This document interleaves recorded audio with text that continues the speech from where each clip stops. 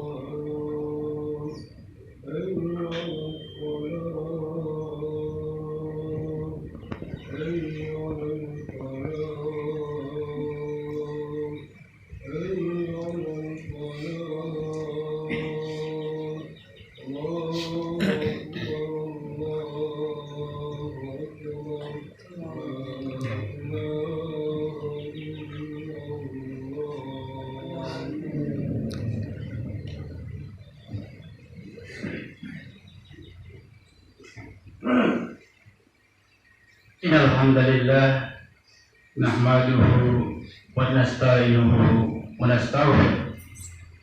A'udzu billahi min shururi anfusina wa min sayyiati a'malina. May yahdihillahu fala mudilla lahu wa man yudlil fala hadiya lahu. Asyhadu an la ilaha illallah wa la syarika lahu wa asyhadu anna Muhammadan abduhu wa rasuluh la nabiyya ba'dahu. Allahumma sholli wa sallim ala sayyidina Muhammad wa ala alihi wa sahbihi wa barik wa sallim.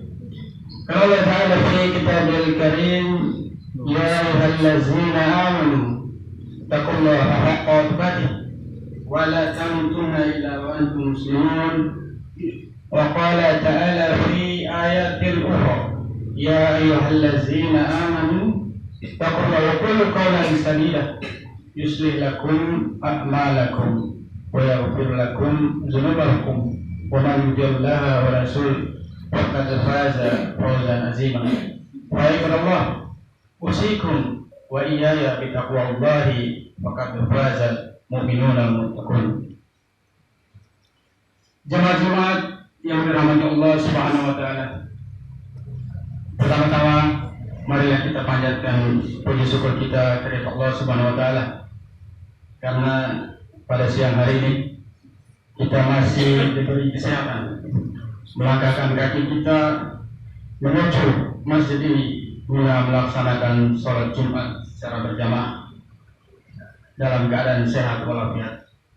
Salam serta salawat tetap kita curahkan kepada junjungan besar kita Muhammad sallallahu alaihi wasallam, Nabi akhir zaman, Nabi yang membawa kita dari alam yang gelap menuju alam yang terang benderang seperti yang kita rasakan pada siang hari ini.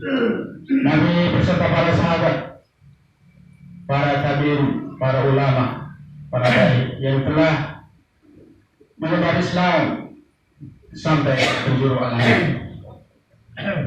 Masyarakat muslimin rahimakumullah, dari atas mimbar hati berwasiat kepada kita semua, terutama kepada diri hati pribadi, untuk senantiasa berusaha meningkatkan kualitas keimanan dan ketakwaan kepada Allah Subhanahu wa taala dengan cara melaksanakan semua kewajiban dan menjauhkan diri dari seluruh yang diharamkan. Kaum muslimin rahimakumullah, dalam kesempatan khutbah pada siang hari ini, Khatib akan menyampaikan khutbah dengan tema harta terpuji dan harta tercela. Dalam perbendaharaan hadis Nabi SAW, harta benda dicela sekaligus dipuji. Ini menunjukkan bahwa harta ada yang tercela dan ada yang terpuji. Di antara hadis yang mencela harta adalah hadis sahih riwayat Ibnu Hibban dan Imam Ahmad bin Hanbal dalam musnadnya bahwa Rasulullah SAW bersabda, "Likulli ummatin fitnatun wa fitnatun ummatil mal." Yang artinya setiap umat memiliki fitnah, ujian dan cobaan, dan fitnah umatku adalah harta. Hadis riwayat Ahmad dan Ibnu Hibban. Di antara hadis yang memuji harta ada hadis riwayat Imam Ahmad bin Hanbal dari sahabat Amr bin As bahwa Nabi bersabda, "Ni'ma bil mal solihi lil rajuli solih." Yang artinya sebaik-baik harta yang baik adalah harta yang dimiliki oleh orang yang solih. Hadis riwayat Ahmad. Orang yang menggunakan harta juga terbagi menjadi dua. Rasulullah SAW bersabda dalam hadis riwayat Imam Muslim, "Inna hadzal mal hadiratun khulwatun, faman ahzahu bihaqi wa wada'ahu fi haqq, fani'mal ma'ud lahu huwa wa man ahzahu bi ghairi haqqi kana kallazi ya'kulu wa la yasba'un." Yang artinya sesungguhnya harta ini seperti tanaman yang indah dan hijau. Orang yang berolehnya dengan cara yang benar dan menempatkannya pada jalan yang benar, maka harta itu akan menjadi penolongnya untuk taat dan memperoleh pahala. Dan barang siapa memperolehnya dengan cara yang tidak benar, maka ia seperti orang yang makan dan tidak pernah merasa kenyang.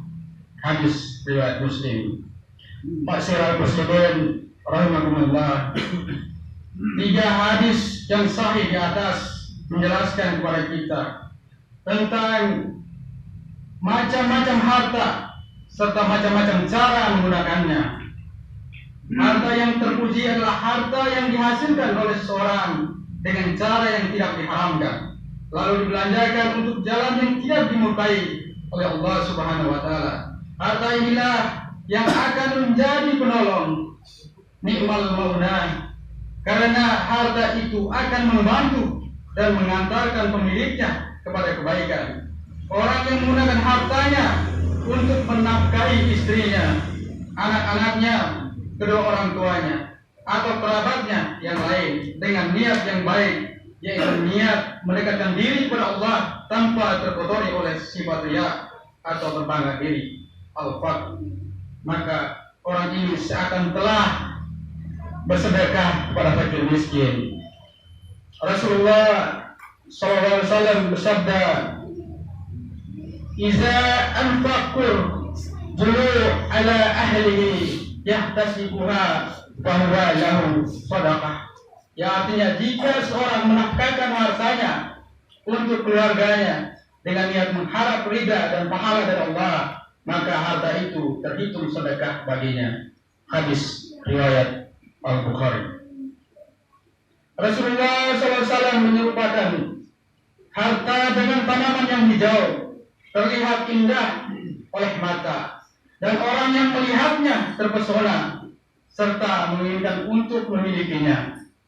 Seorang mukmin yang mengambilnya dari tempat yang dihalalkan oleh Allah, lalu membelanjakannya pada jalur yang dihalalkan oleh Allah, maka harta tersebut menjadi penolongnya di akhirat.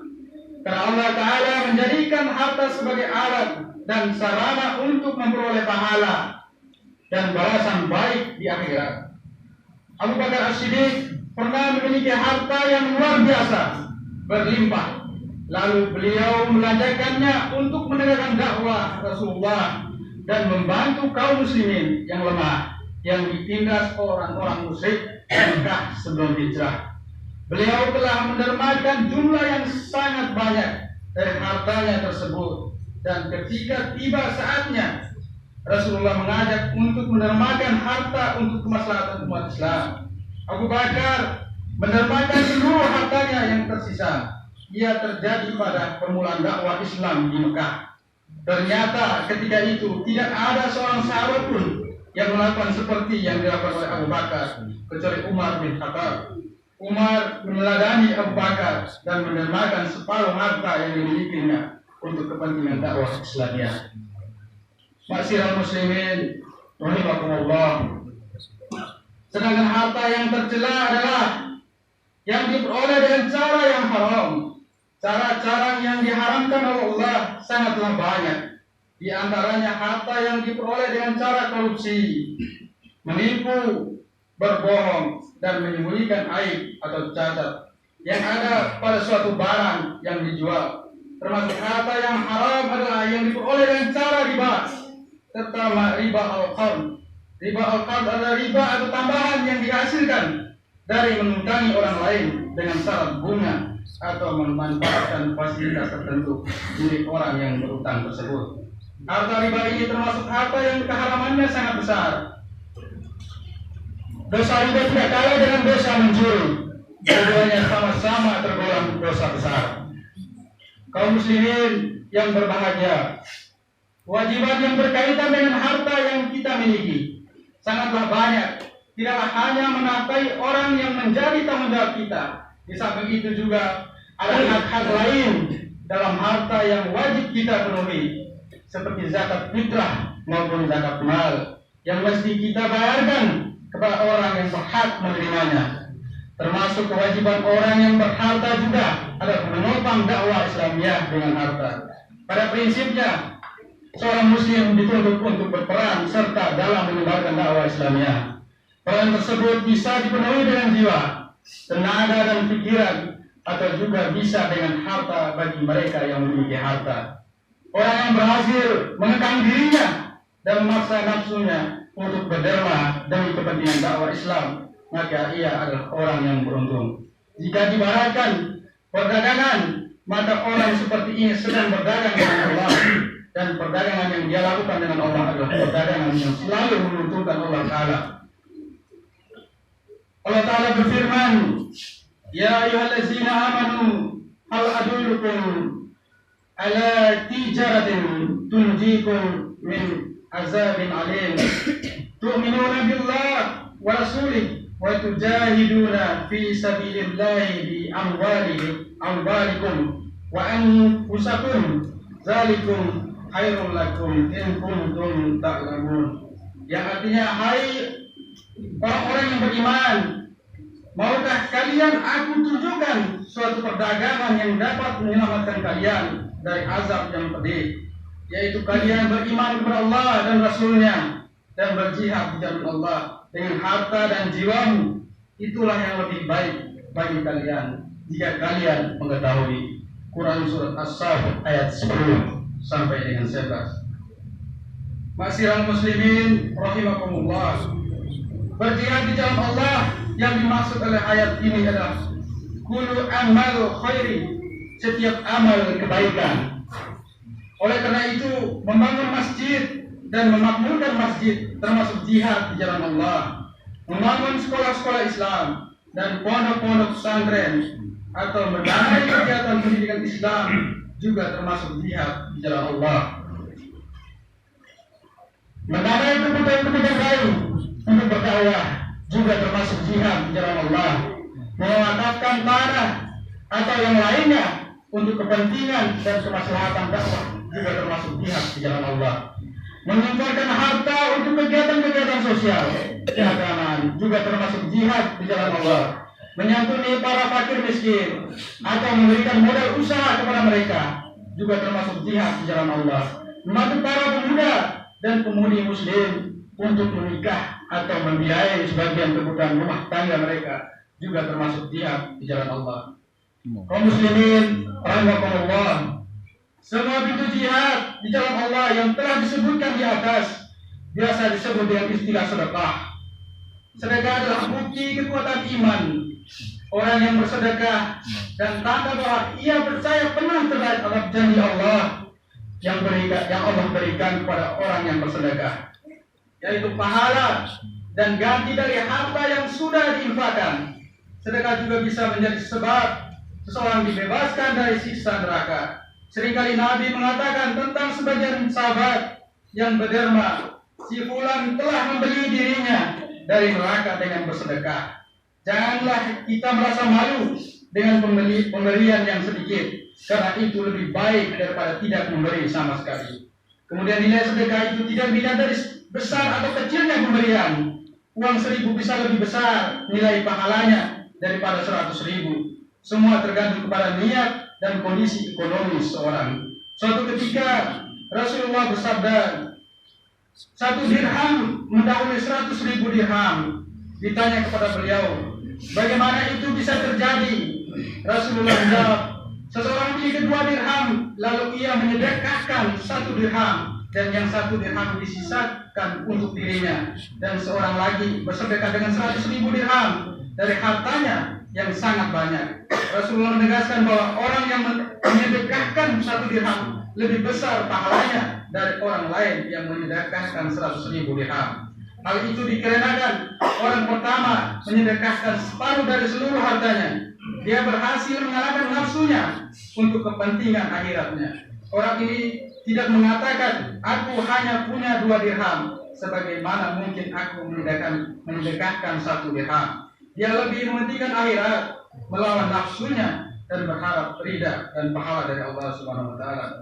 Sedangkan orang kedua yang bersedekah dengan 100.000 dirham, hartanya sangat banyak, jumlah tersebut sangat sedikit dibandingkan dengan total harta yang dia miliki. Hadirin jamaah salat yang dirahmati Allah Subhanahu wa Ta'ala. Demikian khutbah singkat pada siang hari ini yang penuh keberkahan ini. Semoga bermanfaat dan membawa barokah bagi kita semua. Amin. Barakallahu li wa lakum fil Qur'anil azim wa nafa'ani wa iyyakum bima fihi min al-ayati wa dzikril hakim. Wa taqabbal minni wa minkum tilawatahu innahu as-sami'ul 'alim. Aqulu qouli hadza wa astaghfirul azim li wa lakum wa li sa'iril muslimin wal muslimat wal mu'minina wal mu'minat fastaghfiruhu innahu huwal ghafurur rahim.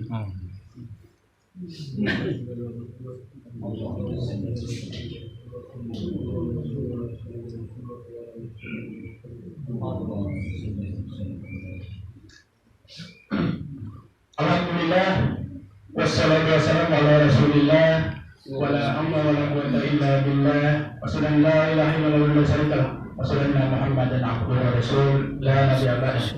Allahumma shalli wa sallim ala sayyidina Muhammad wa ala alihi wa sahbihi wa sallam. Allah Ta'ala fi kitabil karim, ya ayyuhallazina amanu taqullaha haqqa tuqatih wa la tamutunna illa wa antum muslimun. Wa qala ta'ala fi ayatin ukhra, inna malaikatahu yusalluna 'alan nabi ya ayyuhallazina amanu sallu 'alaihi wa sallimu taslima. Allahumma salli wa sallim 'alaihi Allahumma salli 'ala Muhammad wa 'ala ali Muhammad kama sallaita 'ala Ibrahim wa 'ala ali Ibrahim wa barik 'ala Muhammad wa 'ala ali Muhammad kama barakta 'ala Ibrahim wa 'ala ali Ibrahim fil 'alamin innaka Hamidum Majid. Allahumma ighfir lil muslimin wal muslimat wal mu'minina wal mu'minat al-ahya'i minhum wal amwat bi rahmatika ya arhamar rahimin. Rabbana la tuzigh qulubana ba'da idh hadaytana wa hab lana min ladunka rahmatan innaka antal wahhab. Rabbana atina fid dunya hasanah wa fil akhirati hasanah wa qina azabannar. Ibadallah, usikum nafsi wa taqi bi taqwallahi faqad faza al-muttaqun. Inna Allaha ya'muru bil adli wal ihsan wa ita'i dzil qurba wa yanha 'anil fahsya'i wal munkar wal baghi ya'idukum la'allakum tadhakkarun. Fadhkurullaha yadhkurkum was'aluhu min fadlihi yu'tikum wa la dzikrullahi akbar. Aqimi shalah.